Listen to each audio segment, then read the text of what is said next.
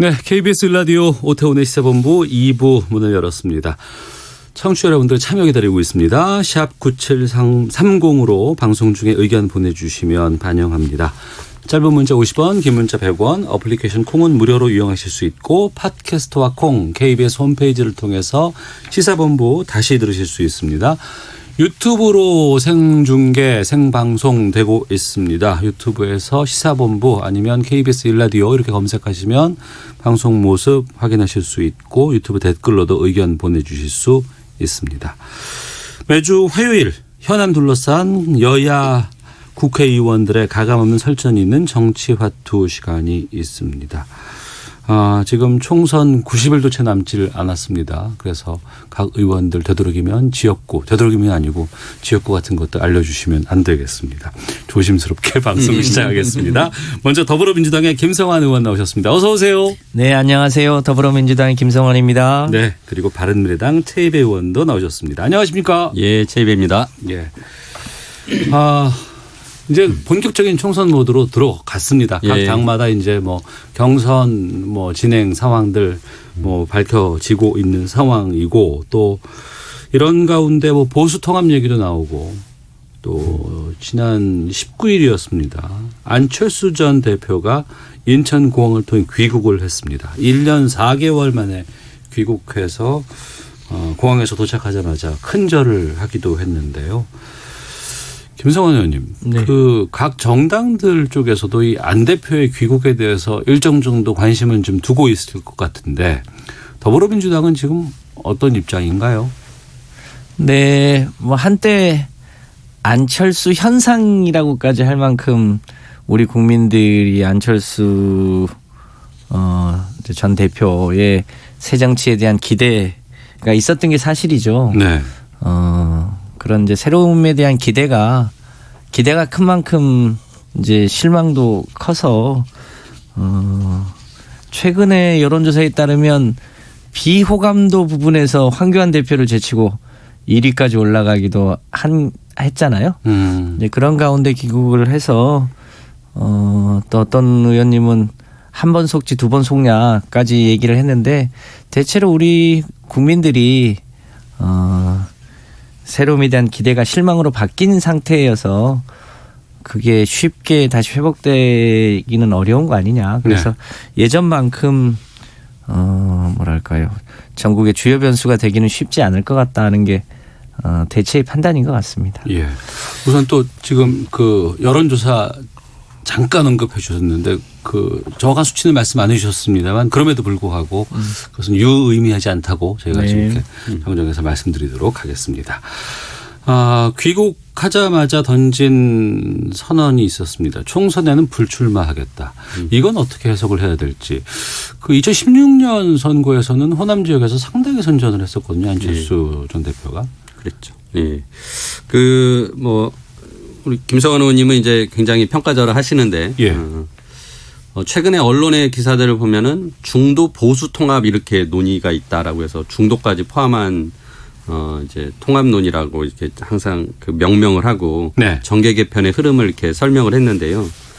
그러니까 이제 안철수 전 대표가 돌아와서 공항에서 이제 아무튼 명확하게 그런 부분 얘기했어요. 뭐냐면 이제 보수 통합으로 가지 않겠다. 특히나 1대1 선거 구도로 가지 않겠다. 그러니까 네. 그거는 정부 여당이 오히려 바라는 것이고 정부 여당이 그런 식으로 해서 쉽게 이기려고 생각을 하는 모양인데 이제 그런 원하는 대로 가지 않을 것이다. 즉 이제 다자 구도로 간다라는 거죠. 네. 결국은 이제 보수하고는 절대 손 잡지 않고 중도의 길로 가겠다라고 선언을 했습니다. 그리고 이제 호남 행보를 하고 또 어제 광주에 가서 그동안에 국민의당을 처음 지지해줬던 분들에게 이제 실망시켜드린 점 사과도 하고 그런 이제 행보를 하고 있습니다. 그런 면에서는 지금 정계 개편의 큰 흐름이 아까 말하면 중도 보수 통합이라는 한 흐름이었다라고 사람들이 생각했다면 이제 안철수 전 대표가 귀국해서 이제 통합은 보수 통합이 하나 있는 거고 중도는 이제 중도대로 중도 개혁 세력을 또 모으는 중도 통합으로 이제 흐름이 갈라진다라는 것이고요. 예. 그런 면에서는 정계 개편의 굉장히 큰 변수이자 큰 축이 되고 있다라고 생각을 합니다. 그래서 본인이 이제 그러한 정치를 하겠다라고 다시 선언하고 과거에 대해서 반성을 하고 본인이 이제 불출마하겠다라고 이제 한 것은 그만큼 이제 어떤 본인의 진정성을 더 국민들에게 호소하고자 그런 결정을 했다라고 생각합니다. 그래서 아마 이제 뭐 조만간 이제 바른미래당 내에서 손학규 대표와 함께 이제 만나서 이제 논의를 하겠죠. 논의를 하신다고 했으니까 그런 결론이 지어지면 바른미래당에서 이제 계속 중도 개혁 세력의 힘을 가지고 갈지 아니면은 뭐 여러 가지 또 다른 정치적 환경을 새롭게 만들고자 뭐 신당을 차릴지 이 부분에 대해서는 아직 변수로는 좀 남아 있는 것 같습니다. 예, 보수로 가지 않겠다고 얘기를 했고요. 2016년에 호남 지역에서 상당히 많은 의석을 확보를 했었습니다. 그것 때문에 더불어민주당이 상당히 좀 곤욕을 치르기도 그랬습니다. 했었고요. 지금 뭐 대한신당, 뭐 민주평화당 그리고 이제 안철수 전 대표의 이제 복귀. 이 호남 지역에서는 어떤 정도로 보세요?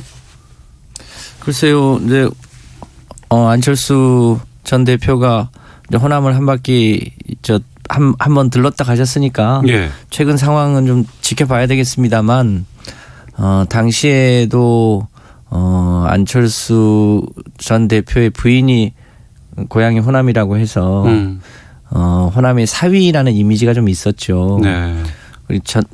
특히 이제 호남은 대표적으로 좀 개혁성이 강한 지역인데 그렇게 해서 상당한 지지를 해드렸는데 결과적으로 분당 등을 통해서 실망을 꽤 안겨드렸던 게 사실 아닙니까? 또 상대적으로 당시에는 이제 문재인 민주당 대표에 대한 뭐랄까 반발심 이런 것도 있었는데 네. 대통령이 되시고 나서 그 전 과정부터 대체로 열심히 한다는 평가들이 있어서 지금 호남에서는 과거처럼 그렇게 녹색 바람을 일으키기가 쉽지 않을 거다라는 네. 게 일반적인 의견입니다. 대체로 분위기도 냉랭했다는 거고요. 그래서 저희가 보기에는 호남 지역에서 다시금 과거의 영광을 누리기는 어렵지 않겠나 네. 그렇게 예상합니다. 예. 안 전 의원의 국민의당과 또 바른정당이 합쳐져서 바른미래당이 탄생을 했습니다. 네. 최 의원께서도 지금 바른미래당 소속이시고요. 예. 안 전 대표가 현재 바른미래당 소속은 맞죠? 예, 그렇죠. 뭐 현재 이제 평당원으로서의 예. 소속이 맞고요. 그럼 귀국해서 당은 들렸습니까? 뭐 오자마자 근데 이제 어제 바로 그 현충원 참배하고 네. 그다음에 이제 호남에 가서 이제 5.18 또 참배를 했잖아요. 근데 이제 거기에 당연히 뭐 저희 당 소속 의원 8분이 다 또 참여를 하셨으니까요. 예. 현재로서는 뭐 당에 대해서 이제 어떤 거리를 두는 건 아닌데요. 근데 이제 본인의 어떤 구상들을 아직 명확히 밝히지 않은 부분이 있는 거죠. 그래서 네. 그 부분 아까 말씀드린 대로 지금 현재 당의 대표인 손학규 대표와 이제 만나서 의논을 하겠다고 했고요. 일정이 잡혔나요 혹시?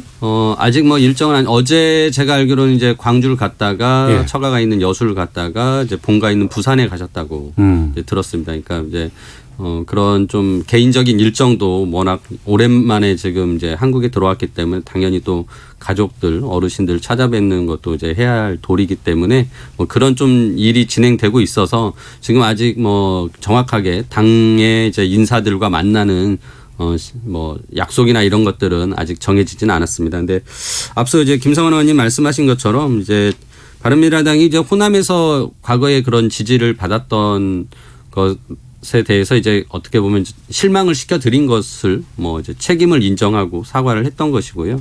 근데 뭐 저는 지금 전반적으로 문재인 정부에 대한 어떤 그 여러 가지 개혁의 성과나 또는 경제에 대한 성과가 좋지 않기 때문에 네. 뭐 지지율이 계속 좀 내려가고 있는 건 사실이고 뭐 그런 부분에 있어서 호남 역시 뭐 지금 정권 초기만큼 그렇게 높은 또 상황은 아니기 때문에 뭐 그런 것들이 이제 안철수 전 대표가 호남을 찾아가서 먼저 또 그런 사과와 또 책임 인정과 사과를 했던 모습과 뭐 좀 정치적 행보로서 해석이 가능하다고 생각을 합니다. 그래서 그런 부분들은 이제 또 뭐 아직 남은 90일간에 넘는 기간 동안에 이제 저희가 얼마나 노력하기에 달려 있다라고 생각을 합니다. 가장 궁금한 것은 손학규 대표가 안철수 전 의원에게 일정 정도 활동할 공간을 열어줄 것이냐. 예, 그렇죠. 그것이 궁금하고 또 하나는 안철수 전 대표가 바른미래당에 복귀하는 것보다는 차라리 새로운 제3지대에서 세력을 좀 확보해서 창당을 할 것이냐라는 궁금증이 있거든요. 먼저 예측을 어떻게 하고 계시는지 김성환 의원께 여쭙고 또 최희배 의원께도 좀 여쭤보겠습니다. 뭐 정치는 생물이라 뭐 딱히 예측하기는 어렵습니다만 창당을 하는 건 그 생각보다 기간도 많이 걸리고 비용도 많이 듭니다. 네. 그런데 과거 안철수 전 대표의 행보로 보면 저는 신당을 창당하기보다는 바른미래당을 일종의 리모델링하는 방식으로의 창당 네. 쪽으로 움직이지 않을까 싶은데 결정적 변수는 아무래도 손학규 대표의 이제 거치와 판단이겠죠. 이제 그 변수에 따라서 독자적인 창당을 할 수도 있을 거고 리모델링 창당을 할 수 있을 텐데 후자 쪽이 이 가능성이 더 높지 않겠나 이렇게 예측합니다. 예, 최희배 의원께서는. 그러니까 이제 저희 바른미래당이 그동안 좀 이렇게 내용이 휩싸였던 이유가 뭔지 생각해 보면 네. 그게 이제 바른정당계 유승민 전 대표를 이제 유시해서 그 바른정당계에 있는 분들이 우리 당을 이제 보수 쪽의 어떤 그 세력으로 자꾸 이제 몰고 갔던 것을 손학규 대표가 지켰던 거거든요. 우리는 중도 개혁 세력으로서 남아야 된다라는 것이었고, 그래서 어떻게 보면 수많은 그런 이제 모멸과 뭐 치욕을 겪으면서 그리고 이제 그렇게 정리를 했습니다. 그래서 결국은 그분들이 나가서 새로운 보수당을 차린 거고요. 또 손학규 대표가 국민의당부터 시작했던 우리가 다당제를 추구하자라고 하면서 외쳤던 연동형 비례대표제를 또 제도화시키는데 가장 큰 공헌을 하신 분이지 않습니까? 그래서 결국 이제 손학규 대표가 추구했던 그 가치들이 국민의당부터 바른미래당까지 계속 같이 했다라고 생각하고 네. 안철수 전 대표가 지금 들어와서 보수와 결별하고 보수 통합이나 이런 거에 참여하지 않고 다자구도의 다당제로서의 총선을 치르겠다라고 한 이상 제가 보기에는 손학규 대표가 굳이 안철수 대표를 이렇게 거부할 이유는 없는 거거든요. 그래서 계속 환영한다는 그런 메시지를 내고 있는 것이고요. 그래서 뭐 두 분이 만나서 뭐 결론을 내리면 쉽게 저는 결론이 날 거라고 생각하고 그런 면에서는 바른미래당 안에서 다시 중도개혁 정치를 제대로 좀 펼치는 그런 공간으로서 활용할 것이다 라고 생각을 합니다. 네. 정치 타협은 정말 시간 끝까지 가봐야 된다 뭐 이런 얘기들 참 많이 그건 맞습니다. 들었거든요. 예. 맞다고 말씀해 주셨는데 그런 상황에서 지금 보면 안철수 전 대표 같은 경우에는 보수와는 같이 함께하지 않겠다고 얘기를 했지만 자유한국당 황교안 대표도 계속해서 뭐 러브콜을 보내고 있다라는 얘기들 나오고 있고 또 지금 그 혁통위 박형준 의장 역시도 나중에 연대 기회가 다시 올 것이다 이렇게 가능성을 계속 열어놓고는 있습니다. 극적으로 이런 그 합의 타협 있을까요? 글쎄요. 저는 우리 최유비 의원님 예측이 더 합리적인 추론이라고 생각합니다. 제가 보기엔 이게 이번이 대통령 선거 국면이면 네. 어떤 식으로든 결국은 위너가 한 명이니까 어떤 식으로든 그 1대1 구도를 만들기 위해서 노력할 수도 있다라는 네. 건데 이게 대선이 아니라 총선이잖아요. 총선 국면임을 감안하면 자신의 지지 기반을 구축하는 게 더 필요하기 때문에 굳이 이 보수 뭐 중도 통합 네. 여기에 안철수 전 대표의 성향이나 이런 걸로 봤을 때 그렇게 합류할 거라고 보이지는 않습니다. 따라서 독자적으로 바른미래당을 리모델링해서 총선을 치르고 총선 이후에 아마 새로운 통합 그때 가서 아마 고민하지 않을까 그렇게 예상합니다. 뭐 지금 이제 밖에서 이제 러브콜을 보내는 분들이 있지만은 또 안에서도 네. 그러니까 한때 새로운 보수당 의원들과 이제 같이 활동을 했던 소위 이제 변혁이라는 그 모임에서 활동을 했던 분들은 여전히 좀 그 보수와 좀 손을 잡는 것에 대한 그 여지를 가지고 있는 분들이 좀 있습니다. 아 그래요. 예, 그러니까 최소한 뭐 보수 통합은 아니더라도 선거 때 가서 선거 연대 즉 후보 단일화 정도도 해봐야 되지 않냐라는 의견을 가진 분들이 있는데 솔직히 뭐 그런 분들의 의견이 계속 안철수 전 대표가 오기 전까지 마치 그게 안철수 대표의 생각이고 의견인 양 계속 언론에 비춰졌지만 네. 뭐 안 대표가 와서 그런 부분, 안 전 대표가 와서 그런 부분은 정리를 했기 때문에 제가 보기엔 이제 그런 부분들에 대한 이제 여지는 많이 줄어들었다라고 생각을 하고요. 그런 면에서는 뭐 그 밖에서의 러브콜은 진짜 자신들이 살아남기 위한 어떤 이제 그 안철수 팔이라고 저는 이제 생각을 하고요. 네. 그런 면에서 안철수 전 대표가 이제 그런 분들하고는 이제는 뭐 거리를 두고 명확하게 좀 국민적으로도 이제 그런 메시지를 낼 거라고 생각을 합니다. 네. 예. 청취자 의견 몇 개 좀 소개해드리겠습니다. 7294님. 손학규 대표. 안철수 의원 돌아오면 당대표 내려놓는다고 하지 않았나요? 안철수 의원이 활동할 공간을 만들어 줘야 하지 않습니까? 라고 의견 주셨고 1967님은 솔직히 전 안철수 의원이 뭐가 다르다는 건지 잘 모르겠습니다. 경제 남북관계 교육 등 모든 부분에서. 전에 정치할 때도 차별성이 확 드러나지는 않았던 것 같습니다. 6169님. 안철수 대표 귀국이 너무 늦었다고 봅니다. 그래도 돌아왔으니 끝까지 한결같은 의지로 다수의 공감을 사기를 바랍니다. 라고 의견도 주셨습니다. 활동할 공간과 관련해서는 잠시 뒤에 좀 제가 여쭙겠고요. 예. 보수 쪽 좀 들어가 보겠습니다. 보수도 통합 움직임이 활발하게는 있습니다만 또 이게 방향이 다 또 다른 것 같습니다. 혁통위 위주의 통합 추진하는 것도 있고 또 하나는 당대당으로 해서 자유한국당과 새로운 보수당 간의 통합이 지금 현재는 이루어지고 있는 상황입니다. 이 보수 쪽의 지금 이 행보에 대해서는 어떻게 평가하실지 어떻게 보고 계시는지 최 의원께서 먼저. 네.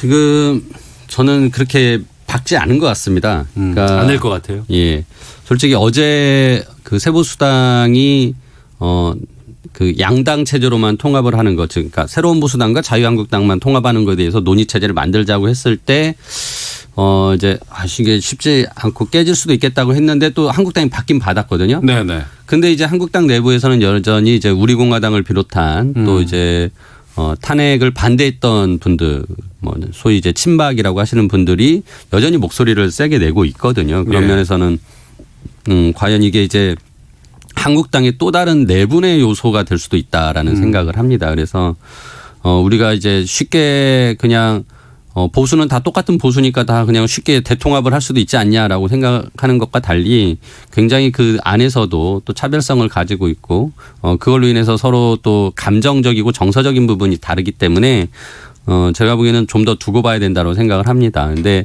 이제 단 하나, 그러니까 새로운 보수당이 이제 어제 여론조사한 결과가 처음 나왔는데 4.7%인가. 여론조사 수치 말씀하시면 안 됩니다. 예. 확인되지 않았으면 유의미한 거 아니라고 제가 알겠습니다. 정정하겠습니다. 근데 이제 뭔가 독자 생존의 가능성을 가질 만큼의 좀 유의미한 숫자가 나왔어요. 그러니까 이제 그러면서 약간 몸값 올리기가 가능해진 상황이어서 어제 대통합이 아니라 한국당과 1대1 통합을 하자라는 것을 던졌는데 또 한국당이 받았단 말이에요. 그래서 계속 이런 상황들이 제가 보기에는 이제 새롭게 좀 돌출될 수 있을 것 같고요.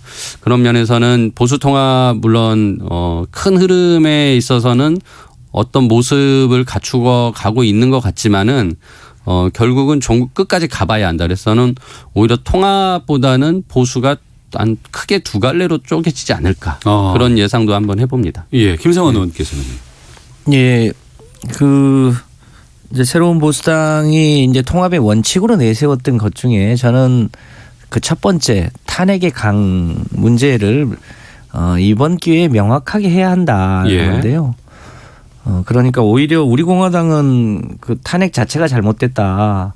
국정농단이 심각하지 않았는데 탄핵을 했다고 자기 입장을 명확하게 하는 거 아닙니까? 네. 그런 사람들끼리 다시 모이자라는 건데 지금 새보수당은 그걸 그냥 어물쩍하게 역사에 맡기고 그냥 뭐 그것을 더 이상 묻지 말자라고 하는 거잖아요.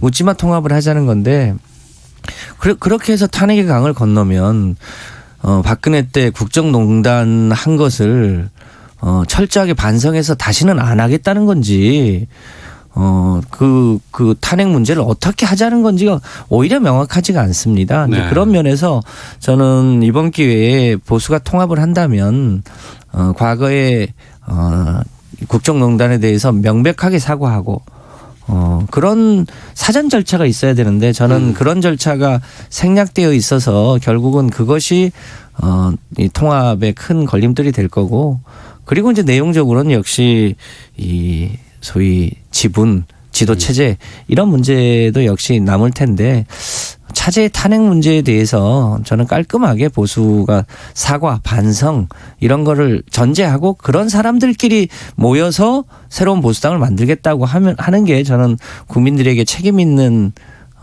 자세 아닌가 이렇게 생각하는데, 그게 잘 될지 의문입니다. 알겠습니다. 최근에 또 이제 박근혜 대통령 사면에 대한 언급을 또 유승민 대표가 전 대표가 하셨고, 뭐 그러면서 이제 뭔가 이렇게 서로 뭔가 맞춰가려는 노력을 하고 있다라는 또 그런 흐름은 크게 있긴 합니다. 근데 아까 말씀드린 대로 이게 과연 그 결론은 어떻게 될지는 뭐 이제 지켜봐야 될 것 같습니다. 네. 더불어민주당 김성환 의원, 바른미래당 최이배 의원과 함께 정치화투 말씀 나누고 있습니다.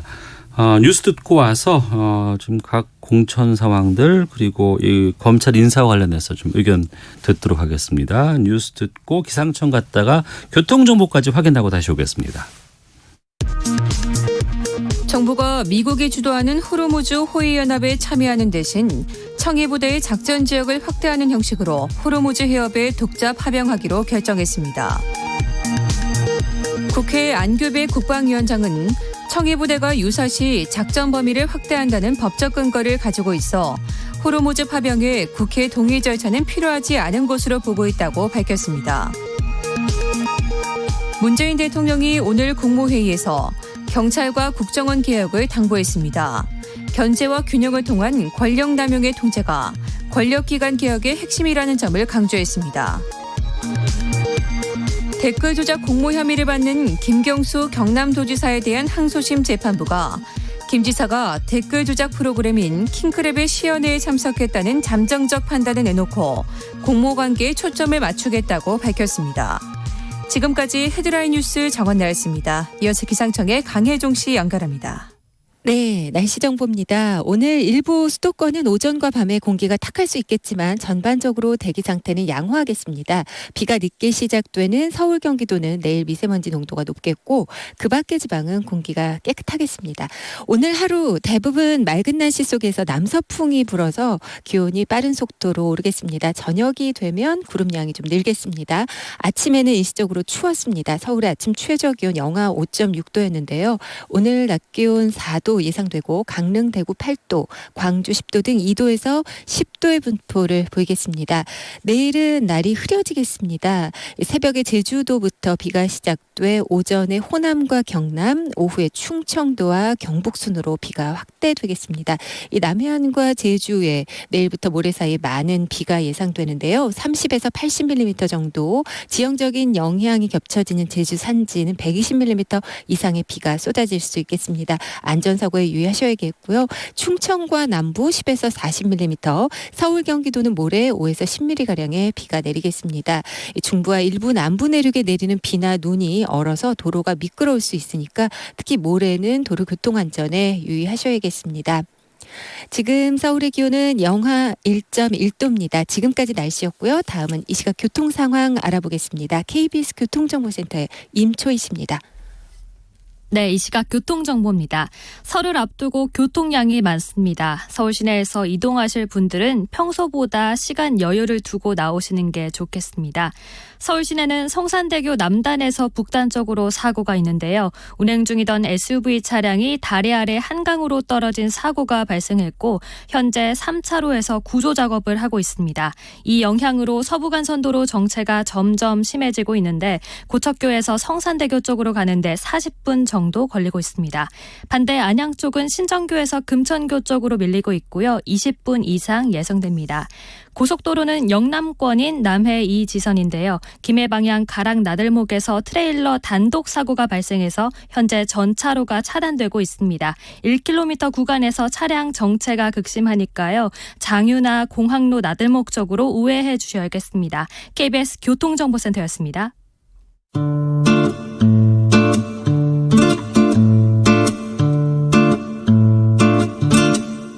오태훈의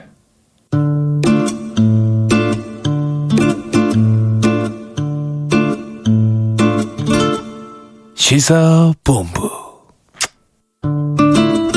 네, 정치와투 더불어민주당 김성환 의원, 바른미래당의 최이배 의원 두 분과 말씀 나누고 있습니다. 총선이 4월 15일 이제 뭐 석 달도 남지 않았습니다. 이런 상황에서 이제 경선, 공천 작업들 계속해서 진행되고 있는 상황인데 아무래도 민주당이 가장 좀 이 경선, 공천 작업들 원활하게 좀 시작을 한 모양새입니다. 네. 하위 20% 현역 의원들 그 명단이 나온다는데 이게 발표가 되는 건가요? 아니면 개별만 통보를 하게 되나요? 예, 저희가 20대 선거 때 하위 20%는 공천 배제였거든요. 컷오프 시킨 거죠. 네, 예, 그런데 이번에는 공천 배제는 아니고 경선을 할 때 감산 20%를 적용하겠다고 하는 거라 이분들이 또 본선에도 나갈 수 있어서 자칫 잘못하면 이게 이 본선 경쟁력을 약화시킬 수 있는 요인도 될 수 있기 때문에 가급적이면 비공개를 원칙으로 한다 하는 게 현재까지 당의 방침입니다. 네. 또 이게 하위 20% 그러니까 하위 19%하고 하위 21%하고 그 격차 때문에 너무 과도하게 사실상 컷오프 수준 발표를 하면 그런 느낌을 주게 되잖아요. 네, 이런 네. 것에 대한 당의 우려가 있어서 원칙적으로 비공개로 한다고 지금 되어 있습니다. 본인들은 알겠군요. 이제 오늘 공간위 회의가 있으니까 조만간 본인들에게 통보될 예정입니다. 예, 최이배 의원께는 이 질문으로 드려야 될 것 같은데 아직 공천 단계를 논할 단계는 아닌 것 같고 바른미래당으로 총선의 선거를 끝까지 갈 수 있을까요? 뭐 저희가 전에 시간에 나와서 말씀드렸지만은 그러니까 바른미래당만 가지고는 안 될 것 같습니다. 그러니까 여기도 아까 말씀드린 대로 이제 중도 통합이라는 큰 틀에서 예. 뭔가 중도 세력들을 다시 모으는 작업을 해야 되죠. 그러니까 뭐 그게 꼭 대상이 뭐 구국민의당 시절에 이제 있다가 나가신 무슨 대한신당이나 민평당만을 대상으로 하는 것이 아니고요. 예. 여전히 우리 한국 정치의 제3당 제3지대가 필요하다라고 동의하시는 분들이 많이 있거든요. 그래서 그런 분들까지 다 포함해서 정치 세력을 키우는 작업이 동반이 되어야 되고 그러다 보면은 당연히 저는 뭐 당명도 바꾸고 당연히 지도 체제도 바뀌어지고 뭐 이런 과정을 거칠 거라고 생각하고 안철수 전 대표가 돌아와서 이제 그 부분이 드디어 예. 좀 속도감 있게 진행될 것 같다. 그렇게 생각합니다. 예. 청취자 의견을 좀 소개해 드리도록 하겠습니다. 9944님께서 정치는 그래도 본인들의 지향성을 명확히 해야 하지 않나요? 지금의 보수 통합은 무슨 생각을 하는 사람들인지 잘 모르겠습니다. 보수, 중도, 중도 보수 그런 말들의 의미도 잘 모르겠습니다. 8204님께서는 문희상 의장 아들 지역구 세습 문제는 왜 언급하지 않습니까? 오늘은 손자 문제도 보도가 되던데요. 이런 세습은 적합해 보이지 않습니다라고 의견 주셨고요.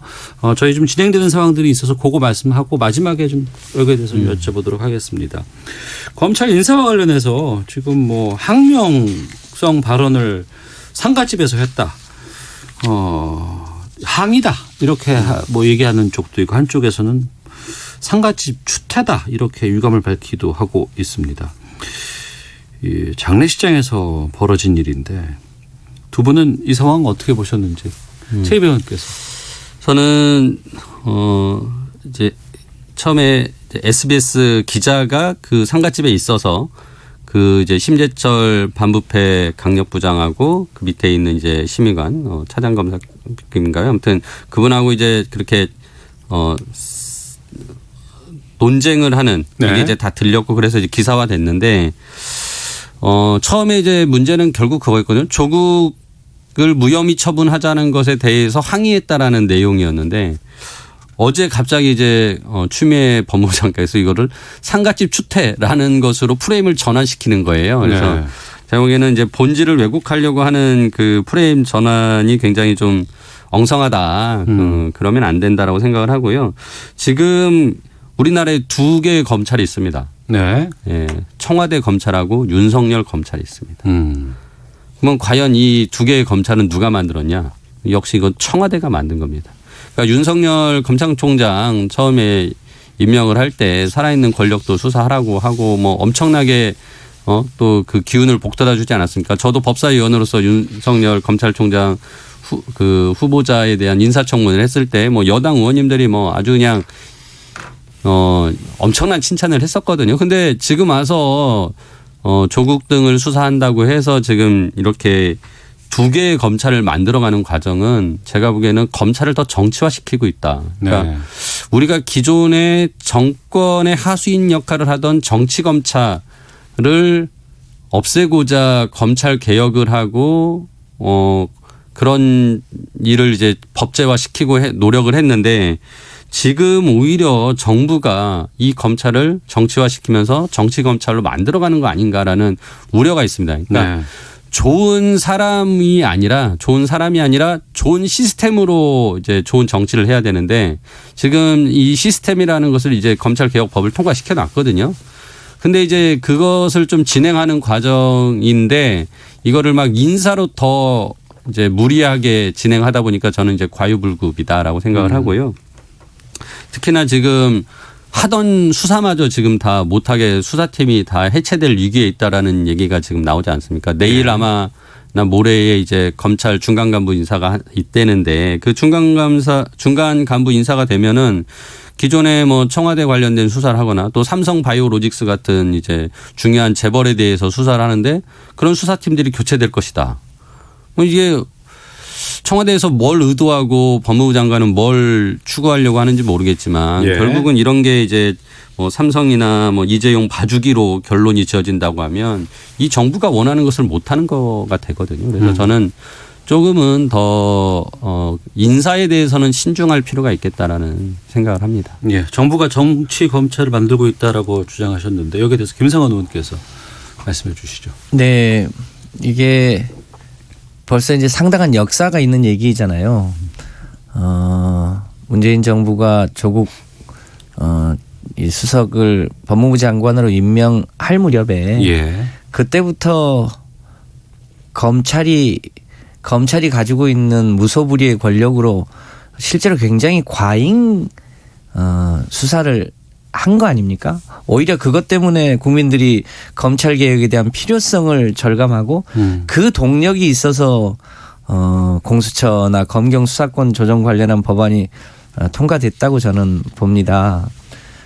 결정적인 게 청문회 끝날 때 전혀 수사도 안 했던 정경심 교수를 소위 표창장 위조건으로 기소를 하지 않습니까? 네. 누가 보더라도 이 얘기는 검찰이 대통령 인사권에 대해서 임명하지 말라고 하는 표시를 수사를 통해서 한 거란 말이죠. 누가 보더라도 정치적 행위를 검찰이 한 겁니다. 네. 그런데 그 행동이 그치지 않고 지금 오히려 더 전방위적으로 되면서 수사를 하고 있는 사람들 마치 탄압하는 것처럼 프레임을 짜고 있는 거죠. 저는 지금에라도 검찰의 소위 정치적 행위를 중단해야 된다 이렇게 생각을 합니다.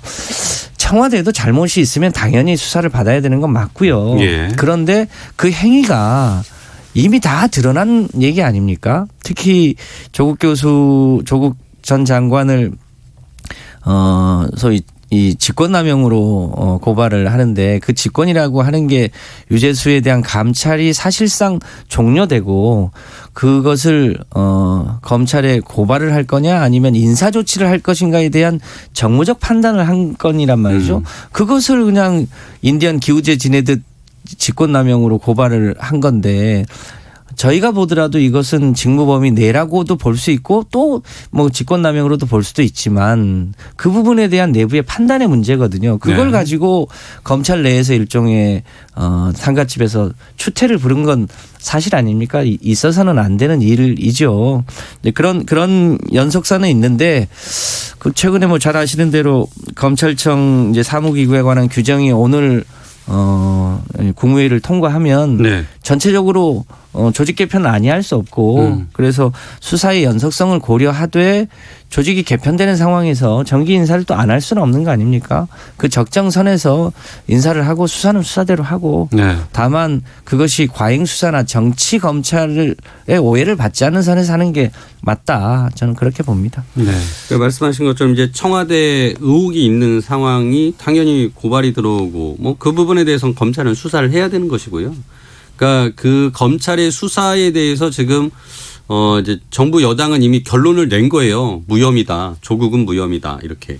근데 이제 검찰은 그런 결론은 아닌 거잖아요. 그러니까 이제 결국 수사한 거고 수사 결과가 나오고 결국 법원 가서 판단을 받아봐야 되는 거죠. 그래서 뭐 저는 오히려 이게 청와대나 현 정부 여당이 부담이 되지 않게 신속하게 처리해서 빨리 결론을 내는 게 좋다라고 생각을 합니다. 네. 뭐 이 의혹이 사라지지 않는다고 그러니까 검찰이 수사를 안 한다고 해서 사라지는 것이 아니기 때문에 결국은 의혹이 나오는 순간은 오히려 검찰이 빨리 수사해서 빨리 처리해 주는 게 좋은 거고 그런 부담을 털어야 되는데 저는 이제 그거를 수사하는 것 자체를 그렇게 이제 물론 뭐 과도하게 했다 또 뭐 이런 피의 사실을 막 언론에 흘려가지고 뭐 여론몰이를 한다라고 하는 비판도 있긴 했겠지만 하지만은 저는 그러함에도 불구하고 검찰이 자기가 할 일을 하는 것에 대해서 너무 정부와 청와대 여당이 그 부분에 대해서 이제 문제를 너무 세게 제기했다라고 생각을 합니다. 여기서 김성환 의원님 짧게 답변해 주시고요. 그것에 대한 공정성을 얻으려면 그동안 수차례 시민단체에서 고발했던 나경원의 그 자녀들에 대한 여러 가지 의혹들 그리고 황교안과 관련된 여러 가지 의혹들도 공정하게 수사를 하면서 같이 했으면 아마 국민들이 이런 불편부당함을 갖지 않을 겁니다. 그런데 공수처를 반대했던 자유한국당은 사실상 수사를 하지 않는 것을 통해서 엄호를 하고 공수처를 추진했던 정부 여당에 대해서는 그야말로 기우제 지내듯 하고 있어서 네. 그래서 정치검찰이라는 오해를 받을 수 있다. 그런 오해가 없도록 하면 좋겠다는 판단입니다. 알겠습니다. 그리고 마지막으로 짧게 1분씩만 드리겠습니다.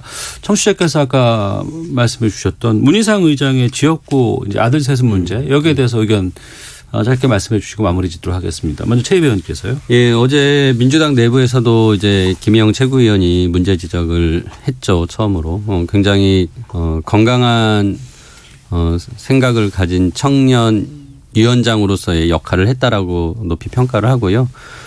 현역 의원인 아버지의 지역구를 물려받는 경우는 뭐 그렇게 흔치는 않았었던 것 같습니다. 제가 알기로는 거의 없었었던 것 같고 그런 면에서 좀 굉장히 이례적인 사안이기 때문에 굉장히 오해를 불러일으킬 수밖에 없다. 그러니까 물론 이제 문희상 의장님의 그 아들 그 문석균 씨가 뭐 뭔가 진짜 그 지역에 기여한 바가 있고 또 뭐 훌륭한 일을 했다라면 뭐 또 선택받을 수 있을 수도 있겠지만 별로 또 그러한 평가가 아니기 때문에 논란이 되는 것 같습니다. 김성환 의원님. 예. 그 자유한국당에 그렇게 물려받은 의원님들이 많이 계시죠. 그렇다라고 하더라도 최근 국민의 정서상 이것에 대한 우려가 크고 당의 지도부에서도 그런 국민적 우려가 있다는 사실에 대해서 매우 엄중하게 보고 있습니다. 그래서 이 문제가 국민적 눈높이에 맞게 해결될 수 있도록 당에서도 최선의 노력을 다할 예정입니다. 알겠습니다. 정치와투 더불어민주당 김성환 의원, 바른미래당 최이배 의원 두 분과 말씀을 나눴습니다. 두 분 오늘 말씀 고맙습니다. 감사합니다. 감사합니다.